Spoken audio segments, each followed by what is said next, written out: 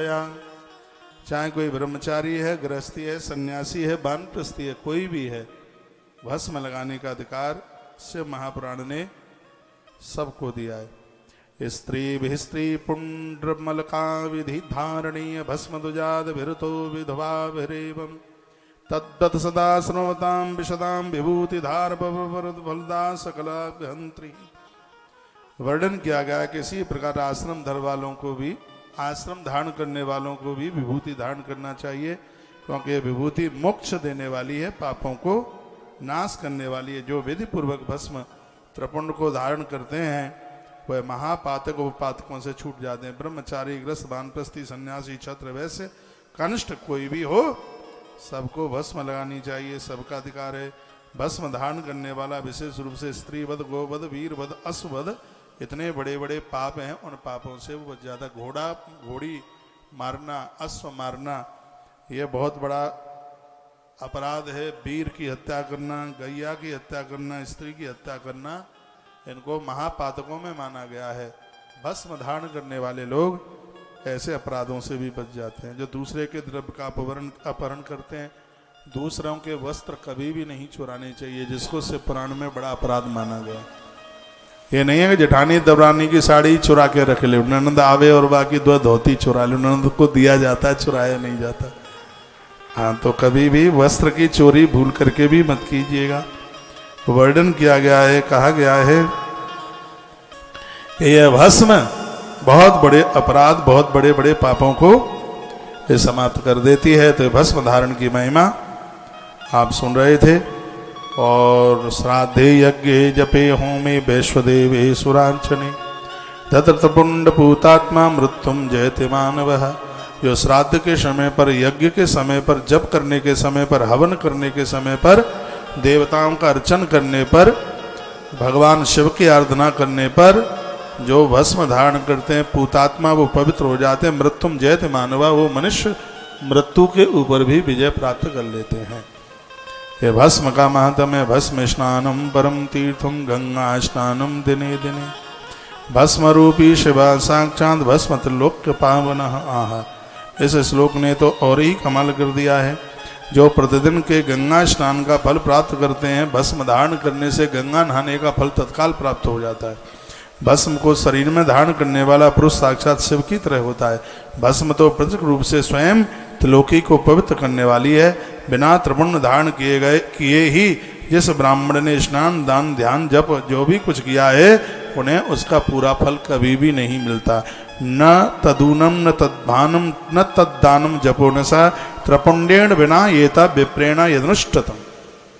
ब्राह्मण के लिए, कर्मकांडी ब्राह्मण के लिए तो यह चीज बहुत ज्यादा ही जरूरी बताई गई। वानप्रस्थस्य कन्यानाम दीक्षाहीनाम नृणाम तथा मध्याह्नात् प्राग जल युक्तम परतो जल विस्मृता। ये मैंने बहुत बार निवेदन किया है।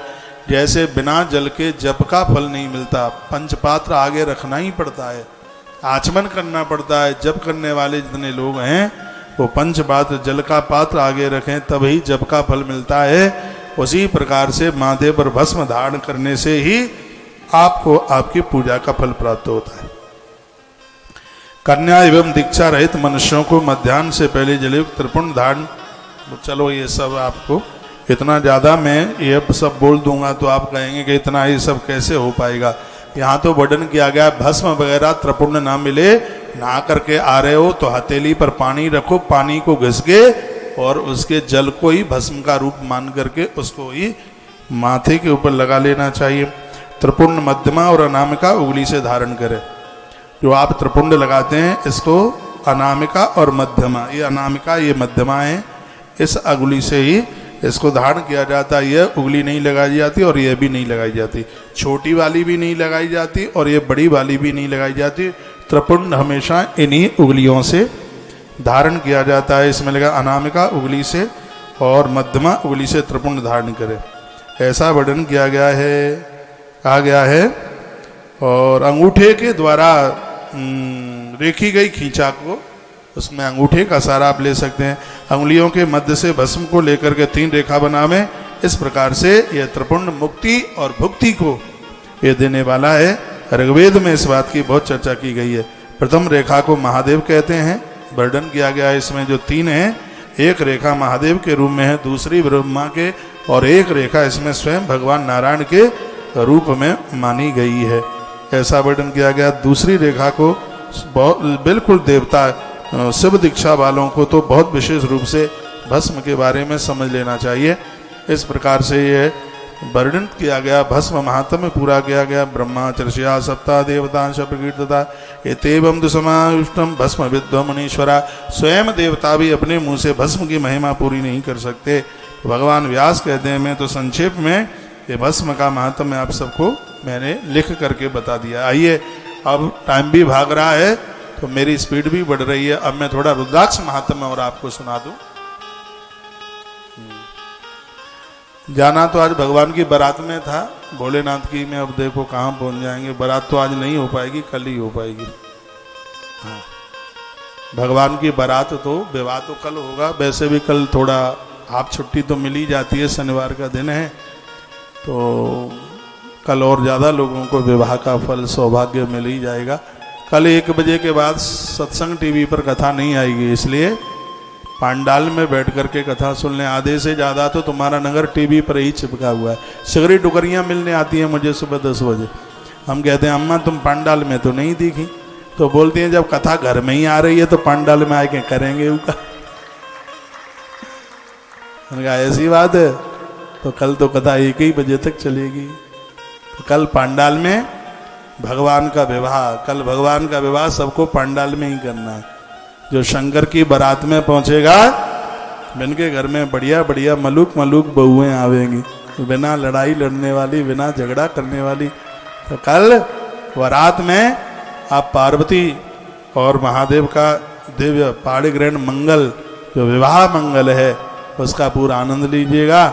और परसों के दिन फिर 1 बजे से संस्कार टीवी पर कथा शुरू हो जाएगी। 1 बजे तक आएगी सत्संग पर, और 1 बजे से लेकर 4 बजे तक फिर संस्कार टीवी पर आप फिर उस कथा का, जो लास्ट के दिन की कथाएं बच जाएंगी, और वो संस्कार पर इसलिए सुना देंगे जो दूर दरार से लोग यहाँ नहीं आ पाते हैं, तो 12 ज्योतिर्लिंगों की कथा का वो घर बैठे आनंद ले लें। इसलिए संस्कार टीवी पर फिर परसों से, यानी परसों कितनी तारीख होगी, कल कितनी है, 25? अरे दिना तो से गई, भाग गया, 24 है गई। तो परसों यानी 26 तारीख से संस्कार टीवी पर कार्यक्रम उनके लिए है जो धार से बहुत ज़्यादा दूर है। आप लोगों के लिए तो पांडाल है, कितना अच्छा लग रहा है यहाँ पे। रात को भी 8:30 बजे आ जाया करें, यहाँ धर्म यात्रा कार्यक्रम बड़ा अद्भुत होता है। इतना मलूक, अब तो मुझे ध्यान नहीं है कि कल काय के ऊपर बोले थे, लेकिन बड़ा अच्छा बोले थे। बड़ा अच्छा कार्यक्रम रात्रि को आ जाए अगर इसी पंडाल में। हम 8:30 बजे पहुंच जाते हैं और लगभग 1 आध घंटे तक वो कार्यक्रम चलता है। लड़का बच्चों से जल्दी फ्री फुरी वो हुआ करके, नहीं जल्दी थोड़ा सा सबको जमा जुमू के, नहीं तो घर वाला लड़ाई लड़ेगा, उसको जमा करके आना। वो न्यूज व्यूज पढ़ता रहेगा, सुनता रहेगा, तब तक हम धर्म यात्रा में भी आ सकें तो आ जाना, ना आ पाएँ तो अपने मोबाइल पर तुलसी मंजरी यूट्यूब चैनल पर, मैं पूरे देश को कहना चाहूँगा, तो रात्रि का जो प्रोग्राम कार्यक्रम होता है तो आप सबको ही सुनना चाहिए। और उसमें बड़ी फलीभूत बातें होती हैं, विशेष बातें होती हैं, एक जीवन जीने लायक बातें होती हैं। हाँ, मुझे ध्यान आ गया, कल बताया जा रहा था कि यदि इतनी चीज़ें आ जाएं तो धरती पर ही आपके लिए स्वर्ग बन करके आ गया। मुझे ध्यान में आ गया है, उसमें पुत्र आज्ञाकारी हो और घर की स्त्रियां मीठा बोलने वाली, कर्जा हो नहीं किसी का, ऋण ना हो किसी का, कर्जा किसी का भी ना हो। उसमें कल के वाक्यों में बड़ा अद्भुत वर्णन किया गया।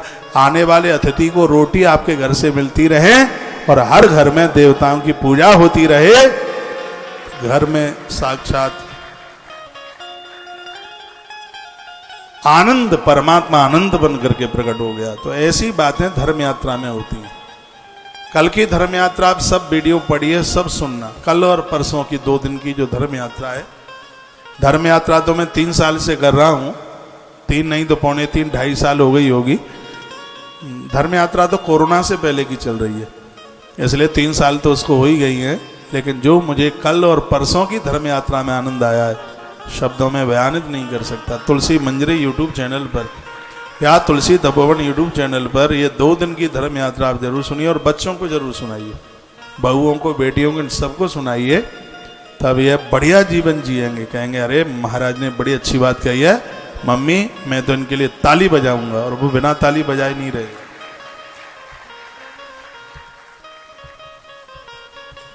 कल भगवान की बारात में कौन कौन आ रहे हैं, हाथ उठाइयो। अच्छा, कल सगरे भगवान की बारात में आना। देखो भगवान भोलेनाथ की बारात में कितने भूता चले, इतने भूत। हाँ, अमेरिका से भूत आए, जापान से आए, ताइवान से आए, इंडोनेशिया से आए, अफ्रीका के तो बड़े बड़े भूत आए। इतने भूत आए भोलेनाथ की बारात में, हो कारा भर करके, क्या क्या भेष बनाया बाबा ने। कल की कथा तो इतना आनंद होगी, इतना आनंद देगी कि तराजू में तौला नहीं जा सकेगा। कल शनिवार है, परसों छुट्टी का दिन है, रविवार है, परसों गणेश जी प्रकट हो जाएंगे, परसों हाँ त्रिपुरा दहन की कथा हो जाएगी। और मैं एक बार और निवेदन कर दूंगा, शिव पुराण की कथा में प्रदोष और सोमवार की भारी महिमा है। जैसे भागवत की कथा में एकादशी पड़ जाए तो तराजू नहीं लगाया जा सकता उस कथा का कितना फल है, उसी प्रकार से शिव महापुराण की कथा में सोमवार पड़ जाए, बीच में आप न सुन पाए हों, सोमवार को यदि आपने कथा सुन ली तो सिगरा पुण्य तुम्हारी झोली में, जो समझ लो। सोमवार पड़ रहा है भगवान की कृपा से, एक पड़ गया, एक और पढ़ने वाला है, दो सोमवार है। उस दिन द्वादश ज्योतिर्लिंगों की कथा सुना देंगे। अब हमसे आप कितने खुश हैं आप जाने, फिर हम तो आपसे बहुत ही खुश हैं, प्रसन्न हैं। आप बड़े आनंद से कथा सुन रहे हैं, बहुत आनंद हो रहा है। आइए थोड़ी सी और कथा बढ़ा ले। शृणु देवी महिषानी रुद्राक्ष महिमा शिवे कथयामी त प्रीत्या भक्तानाम हित काम्य। काहे देवी, भक्तों के हित के लिए हम तुमको ये कथा सुना रहे हैं। काहे की? रुद्राक्ष महात्म्य की, रुद्राक्ष की महिमा सुनाई। कहा सुन लीजिए इसको। भूम गोड़ाद भा चक्रे रुद्राक्ष च वल्लभहन मथुरा अयोध्यायाम लंकायाम मलई। तथा इतनी जगह पर, अयोध्या में, मथुरा जी में, नेपाल में इन रुद्राक्षों का जन्म हुआ। सिद्धादोच तथा काश्याम देश स्वेनेशवान तथा परान संयम पाप हो गया भेदनाक्षुत नूदनाथ। जहाँ पर रुद्राक्ष मिलता है, जिस घर में रुद्राक्ष की पूजा होती है, वह घर साक्षात काशी बन जाता है अपने आप में। ब्राह्मण क्षत्रिय वैश्या शूद्रा जाता ममात्या रुद्राक्षास्ते विष्णु पृथिव्याम्याम तो जाति थीयाम सवाक्षक। वर्णन किया गया कि जिस जाति के लोग हैं उतनी ही जाति के रुद्राक्ष हैं। 4 जाति के लोग हैं, ब्राह्मण क्षत्रिय वैश्य और कनिष्ठ। तो रुद्राक्ष की भी 4 ही जातियां हैं। लिखा है 4 जाति के हैं, और चारों जाति के जो रुद्राक्ष हैं उनका 4 तरह का इनका रंग है। श्वेत रक्ता पीत कृष्णा वर्णाज्ञया क्रमात् वोदई सुजातीयम निवृद्धाय रुक्षातम वृद्धता क्रमात् वर्णेस्तु तत्फलम धार्यम भुक्ति मुक्ति फलिप्सुषी। चारों रंग का रुद्राक्ष एक जाति भी वाला पहन सकता है, और अपने अपनी जाति के रुद्राक्ष भी लोग पहन सकते हैं। जो ब्राह्मण जाति के लोग हैं उनके लिए ब्राह्मण जाति का रुद्राक्ष है श्वेत। उस रुद्राक्ष का जो रंग है वो सफेद है। सफेद रंग का रुद्राक्ष है वो ब्राह्मण जाति का है। रक्त रुद्राक्ष हो, जो लाल रंग का रुद्राक्ष है वो क्षत्रिय जाति का है। पीत और जो पीले रंग का रुद्राक्ष है वो वैश्य जाति का है। और कृष्णा जो सांवले रंग का जो रुद्राक्ष है वो कनिष्ठ जाति का है। अब इसका वर्णन किया गया है। श्वेत रुद्राक्ष धारण करने से विद्या मिलती है, लाल रुद्राक्ष धारण करने से शौर्य, पीला रुद्राक्ष धारण करने से धन, और सांवला रुद्राक्ष धारण करने से सेवा मिलती है। मैंने सांवले रुद्राक्ष, सांवले रंग के रुद्राक्ष ज्यादा पहन रखे हैं, इसलिए क्योंकि हम समाज की सेवा के लिए निकले हैं। इसलिए सेवा तो हमें आराधना साधना पूजा से भी ज्यादा मलुक लगती है। मेरी माला में सगरे रंग के रुद्राक्ष हैं। तो एक बार मैं फिर निवेदन करूंगा, जो श्वेत है वह विद्या देने वाला है, और जो लाल है शक्ति देने वाला है। वैश्य का यानी जो पीला है वो व्यापार देने वाला है। सांवले रंग का रुद्राक्ष धारण करने से लोग माता पिता के चरणों से दूर नहीं जा सकते। मेरी माला में ज्यादातर ऐसे 1 नंबर के रुद्राक्ष है। 0 नंबर ज्यादा छोटा हो रहा था, 1 नंबर मुझे तो प्रसाद में मिला हुआ रुद्राक्ष है, खरीदा नहीं है। और ये चीजें प्रसाद में मिले तब ही ज्यादा प्रभावशाली है। प्रसाद में मिले तो इनका प्रभाव ज्यादा है। इसलिए हमने इस देश में 3 वर्ष में बहुत रुद्राक्ष बांटे, बहुत सालग्राम, बहुत नर्मदेश्वर, तुलसी की मालाएं, कंठी माला, जपने वाली माला, किताबें, ग्रंथ, वेद, पुराण सगरा बांटा। रुद्राक्ष की बहुत बड़ी महिमा। रुद्राक्ष तो यहां भी पूरे पंडाल को बांट देते, लेकिन परमिशन में ये लिखा है कि आयोजन स्थल पर भंडारा नहीं चलेगा, सामूहिक रूप से रुद्राक्ष नहीं बटेंगे, परमिशन में लिखा है। इस ग्राउंड की जो परमिशन है उसमें लिखा है। बहुत ज्यादा ऐसा कोई काम नहीं करोगे जिसमें बहुत ज्यादा भीड़ इकट्ठी हो जाएगी, इस सगरा परमिशन में लिखा है, इस ग्राउंड की परमिशन में। मेरे मोबाइल में जब परमिशन आई तो मैं तो बड़ा आश्चर्य मान रहा था। तो हम सरकार का संग देंगे, साथ देंगे, इसलिए तो आपको यहाँ पर थोड़ा लाइन से बुलाया जाता है। यहाँ पर कहीं कोई ऐसी खैर दिक्कत तो क्या आएगी, भगवान की कृपा से कुछ भी नहीं आएगी, लेकिन जो गवर्नमेंट ने, सरकार ने हमें रूल दिए हैं उसको तो हमें फॉलो तो करना ही पड़ेगा। इसलिए हमने पंडाल में रुद्राक्ष नहीं बांटे, नहीं तो बहुत रुद्राक्ष बांटे गए थे वहाँ ओमकार, उसमें उज्जैन में। हो सकता है आप में बहुत लोग आए भी होंगे। 3 मुखी रुद्राक्ष, इतना प्रभाव, अभी आप सुनेंगे ना रुद्राक्ष की महिमा, कितना बड़ा ज्यादा प्रभावशाली ये रुद्राक्ष है। कहा गया है कि यथा यथा लघुषाद वही तथा अधिक फल प्रदम। रुद्राक्ष जितना छोटा होगा उतना ही वो प्रभावशाली ज्यादा होगा, जितना ज्यादा बड़ा होगा उतना ही प्रभाव उसका कम होगा। इससे महापुराण में लिखा है, रुद्राक्ष धारणम प्रोक्तम पापनाशन हेतवे। रुद्राक्ष धारण करने का मतलब है कि पाप समाप्त। तस्माच धारणीयो वै सर्वार्थ साधनो ध्रुवम। आप किसी भी देवी देवता के भक्त क्यों न हो, लोगों को रुद्राक्ष धारण करना ही चाहिए, क्योंकि रुद्राक्ष धारणम प्रोक्तम महापातक नाशनम। रुद्राक्ष धारण करने से बड़े पाप हैं वो जल करके राख हो जाते हैं। सतमेकोत्तरम कंठे वायु वही रुद्र संज्ञता। कंठ में 108 दाने की माला है तो उसको डबल करके पहनिए, क्योंकि छाती के नीचे ज्यादा माला लटकनी नहीं चाहिए। मेरी माला में 108 दाने हैं, इसलिए तो मैं इसको डबल करके पहने हूं। से महापुराण में लिखा है, यदि डबल करके नहीं पहन सकते हो तो 54 मनके की आधी माला, 54 मनके की माला बनाइए, नहीं तो 108 मनके की माला पहनने को भारी शुभ बनाई गई। सतमेकोत्तरम कंठे, कंठ में उस माला को आप डबल करके आप उसको आप पहन सकते हैं। वर्णन यह ऐसा किया गया है, इसमें तो लिखा गया ब्रासलेट आप पहनते हैं उसमें भी आप रुद्राक्ष धारण कर सकते हैं। मणिबंधे द्वादशम, 12 दानों की माला रुद्राक्ष जो ब्रासलेट में 12 वर्णन है। मणिबंधे द्वादश, 12 मनकों की 12 दानों की माला छोटी सी, इसके लिए बना लें आप। इसमें दाहिने हाथ में आप पहन लें, यहाँ भी पहन सकते हैं। लेट बाथरूम जाते समय इसको उतार दीजिए। एक दाना कंठ में डालिए, किसी गुरु के द्वारा मिल जाए, दीक्षा में मिल जाए, वैसे मिल जाए, वह 24 घंटा 365 दिन कंठ में पड़ा रहे। सूतक पातक यहाँ के नारी के ऋतुकाल धर्म में भी वो रुद्राक्ष अपवित्र नहीं होता, जो गुरुजनों के द्वारा प्रसाद रूप में प्राप्त हुआ है। मेरे पास में मेरे गुरु महाराज का रुद्राक्ष है, मैं तो इसको लेट बाथरूम कहीं भी उतारने की जरूरत ही नहीं पड़ती है। यही व्यवस्था कंठी की है, ऐसी कंठी जो कंठ से चिपकी हुई है। मेरी कंठी कंठ से चिपकी है।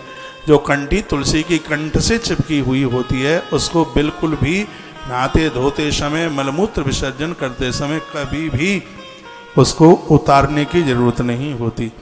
इसमें तो लिखा एक ही कर्णयो, कान में भी एक एक रुद्राक्ष शिव भक्त पहन सकते हैं, वर्णन है।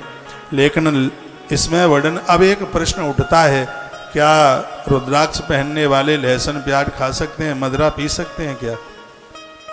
एक प्रश्न उठता है। तो प्रश्न तो बड़ा गंभीर है, तो मेरा जवाब भी बड़ा गंभीर है।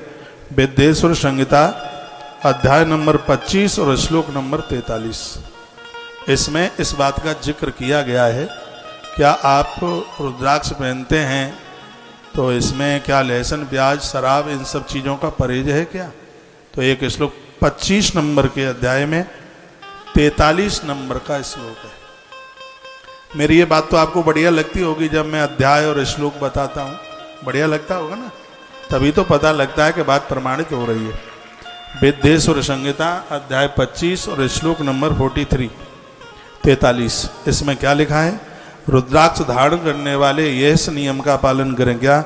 मध्यमम मासमम तुलहसुनम पलांडम शीघ्रमेव चा। वर्णन किया गया है कि जो रुद्राक्ष धारण कर रहे हैं उन पुरुषों को मध्य शराब, नशा, मांस, लहसुन, एक सहजना की फली आती है, जानते होंगे आप, वो भी हरि वैष्णव जन नहीं उसको खाते। प्याज, एक लिसोड़ा आता है, लिसोड़ा इसको दूसरी भाषा में क्या कहेंगे? अचार बनता है उसका, बताइए अपने यहाँ क्या बोलते हैं उसको? वृंदावन की तो लवेरा, उसको एक भाषा में लवेरा भी बोलते हैं और ग्रंथ की भाषा में उसको बोलते हैं लिसोड़ा। तो इनको नहीं खाना चाहिए, इसके लिए मना किया गया है। रुद्राक्ष धारण करने वाले लोगों को चाहिए कि मध्य यानी शराब, लहसुन, प्याज, ये चीज़ों का निषेध होना चाहिए। इसमें गाजर, मूली, अदरक का नाम नहीं आया है, लेकिन इसमें इसका नाम आया, लहसुन, प्याज, मदरा, इन सब चीज़ों से बच के रहिए। यदि आप ये सब चीज़ें नहीं छोड़ पाते हैं तो गले में मत पहनिए, उसको पूजा में रख लीजिए। पूजा में जो रुद्राक्ष पूजा जा रहा है वो भी अपने आप में बहुत प्रभाव दिखाता है। हम भक्तों को 7 मुखी रुद्राक्ष देते हैं, अभी महिमा पढ़ेंगे आप। घोर गरीबी का नाश करता है 7 मुखी रुद्राक्ष, उसको चांदी में मड़वा करके और भगवान महादेव के पास पूजा में उसको रख लीजिए। घोर दरिद्रता का नाश करता है, धरती का वरदान है 7 मुखी रुद्राक्ष। गोमती चक्र रखिए, द्वारका में वास करने का फल मिलता है घर में। कौड़ी रखिए, किसी का जादू टोना अलाय बलाय ये चलेगी ही नहीं बिल्कुल घर में। अपना मंदिर दिखाइए, देखिए उसमें गोमती चक्र भी है पूजा में, कौड़ी भी है पूजा में। हमारे हरिहर मंदिर में जो रोज हम पूजा करते हैं ये सब चीजें रखी हैं उसमें। तो इन सब चीजों मैं तो बिना प्रमाण के तो कुछ करता ही नहीं है, समझ लीजिए। जिन चीजों का विद्वान लोग सुनते हैं अप्रमाणित बात, अमर्यादित बात, अशास्त्रीय बात करूंगा तो फिर वो ठीक नहीं है ना, लोग कंफ्यूज होंगे। ये तो हनुमान जी हैं और है आगे देखो शिवालय में भगवान शंकर जी में के में ये नहीं, ये तुम पुराना दिखा रहे हैं, पता नहीं कब आज का दिखाओ। इसमें बेलपत्र भी चढ़े हुए हैं। आज तो हमने अंगूर का भोग लगाया ही नहीं है, आज रिकॉर्ड नहीं किया, लाइव में तो दिखाया था। तो मुझे तो पता होता है ना आज भोग काय का लगाया, आज अंगूर का लगाया ही नहीं है, उसमें अंगूर दिख रहा है तो पता लग रहा है कि आज का नहीं है, बोलिए बांके बिहारी लाल की जय हो, श्री हनुमान जी महाराज की आज के आनंद की जय जय। श्री राधे श्री राधे। मैं आप सबको बहुत आग्रह पूर्वक निवेदन करूंगा, कुछ चीजें बड़ी दिक्कत दे रही हैं, वो ये हैं, एक तो नशा ज्यादा फैला हुआ है, जवान बच्चों को, भाई लोगों को नशा खत्म कर रहा है। कैसे भी इस समाज को नशा मुक्त इसको बचा लो। और मैं अपनी व्यासपीठ से ऐसी ज्यादा बातें नहीं करता, मैं तो बहुत संकेत में कह करके आगे बढ़ता हूँ। बेटियां आज मुझे पंडाल में काफी दिख रही हैं, इसलिए मैं बोले देता हूँ, तुम ना दिखती होती तो मैं बिल्कुल बोलता भी नहीं। मैंने परसों हल्के में यह बोला था, माता पिता की अस्थियां गंगा जी में पहुंचा करके तो बेटा माता पिता के ऋण से मुक्त हो जाता है। अब बेटियां मुक्त कैसे होंगी? बेटियां तब मुक्त होंगी जब वह अपने माता पिता को कन्यादान करने का अवसर प्रदान कर दें। जब बेटियों का कन्यादान माता पिता कर लेते हैं तो बेटियां उस ऋण से, माता पिता के ऋण से मुक्त हो जाती हैं। लेकिन आजकल वो लब जिहाद भारी चल रहा है, भारी जड़ें पकड़ रहा है और यह समाज के लिए इतना खतरनाक साबित हो रहा है। भोले भाले और हिंदू लोग इसके ग्रसित हो रहे हैं, इसके शिकार हो रहे हैं। मैं बहुत आग्रह पूर्वक निवेदन करूंगा, अपने भोले भाले मासूम बच्चों को बचाइए, उन पर निगरानी रखिए, उन पर ध्यान रखिएगा उन पर। और जो ये आज एक राक्षस फैला हुआ है ये समाज में, ये बहुत दुखद घटनाएं हो रही हैं। आप तो एक जगह बैठे हैं, आपको नहीं पता, मैं पूरे देश में घूमता हूँ। वो माता पिता जिंदे जी मर रहे हैं बेचारे, बिल्कुल समाज को गर्दन उठा करके नहीं चल सकते। बच्चों के ही द्वारा माता पिता की गर्दन ऊपर हो जाती है, और इस औलाद की वजह से ही जिंदे माता पिता मर जाते हैं। बिल्कुल, तो बच्चे तो वही धन्य हैं जिनकी वजह से माता पिता की गर्दन ऊपर उठ जाए। लोग कहें कि बच्चे इतने बढ़िया हैं तो उनके माता पिता कितने बढ़िया हैं। ऐसा जीवन जिया जाए। भाग्य में जैसा लिखा है वैसा घर मिलेगा। अपने मन मुताबिक सती माता ने भी महादेव को कहा था, तुम्हारे पास कैलाश है मुझे पता है, अपने मन मुताबिक तुम्हारे संग विवाह कर लूंगी, मुझे नाले के कीड़े की तरह कष्ट होगा, और मेरे पिता दक्ष मुझे जिसके हाथ में सौंप देंगे उसका घर मेरे लिए कैलाश होगा। मां सती बोली, माता सती ने बात कही थी, इसी से पुराण में लिखा है सती खंड में। इसलिए बेटियां बैठी हैं इस पंडाल में, मैं उनके चरणों में माथा रखकर प्रणाम करके कहूंगा, अपने कन्यादान का अवसर अपने माता पिता को देना। इनके आशीर्वाद से तुम्हें रईस घराना मिलेगा, अच्छा घराना मिलेगा, तुम्हारी सास कौशल्या की तरह होगी, तुम्हारे देवर जेठ इतने बढ़िया होंगे, घर में सकून मिलेगा, आनंद मिलेगा। मेरी बातें थोती नहीं होती व्यासपीठ से, मेरी बात को तो आप ऐसे समझ लेना, बड़ाई नहीं कर रहा हूं, मैं कंठ से नहीं, मैं नाभि से बात करता हूं, और मैं शास्त्रीय बात, अशास्त्रीय नहीं, शास्त्रीय जो शास्त्रों में लिखा है उसी को मैं अपने प्रत्यक्ष रूप से साक्षी मान करके बात कहता हूं। यदि आप धार्मिक परंपराओं के साथ आपके विवाह के समय पर पंडित होना चाहिए। आपके विवाह के समय जितनी भी बेटियां मुझे सुन पा रही हैं, जब भी शादी का समय आवे तो एक बार पूछ लें, पापा शादी पढ़ने को कौन आएगा। हम तो ऐसी व्यवस्था करने को जा रहे हैं, 10,000 ब्राह्मण ऐसे तैयार कर देंगे, पूरे देश की शादियां पढ़ेंगे। आज बड़ा अभाव हो रहा है ना ब्राह्मण को। तो बेटियां अपने पापा को जरूर पूछें, कहें पापा कोई पंडित जी की व्यवस्था कर ली है, शादी पढ़ने वाला ब्राह्मण अच्छा सा बुलाना। राम और जानकी में कभी झगड़े नहीं हुए, क्योंकि शादी पढ़ने वाले गुरुदेव वशिष्ठ बड़े विद्वान थे, बड़ा अच्छा ब्राह्मण थे।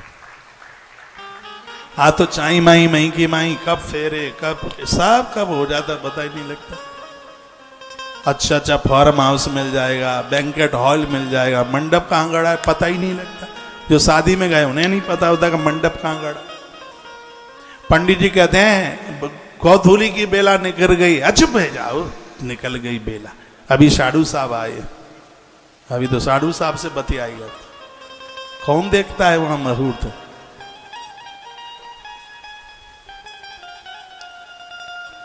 ये देवता न होते धरती पर, ऊपर अंबर नीचे धरा नहीं होती, इनका होना बहुत ज्यादा जरूरी है।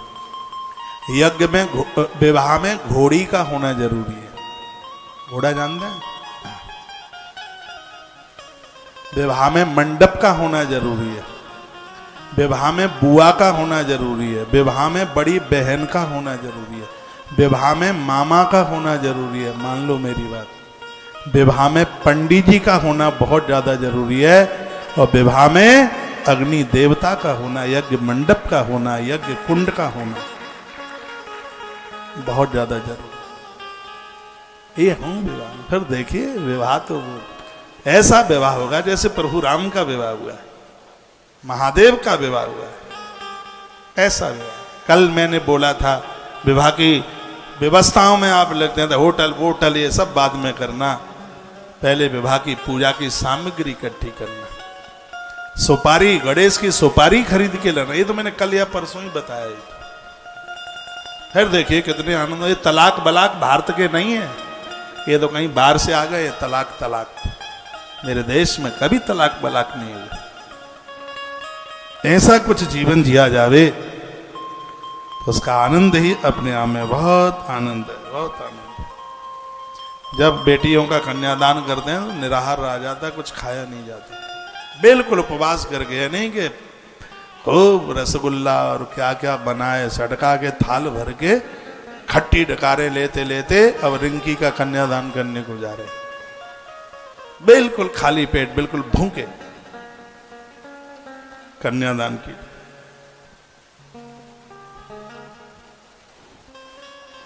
बोलो भक्त वत्सल भगवान की।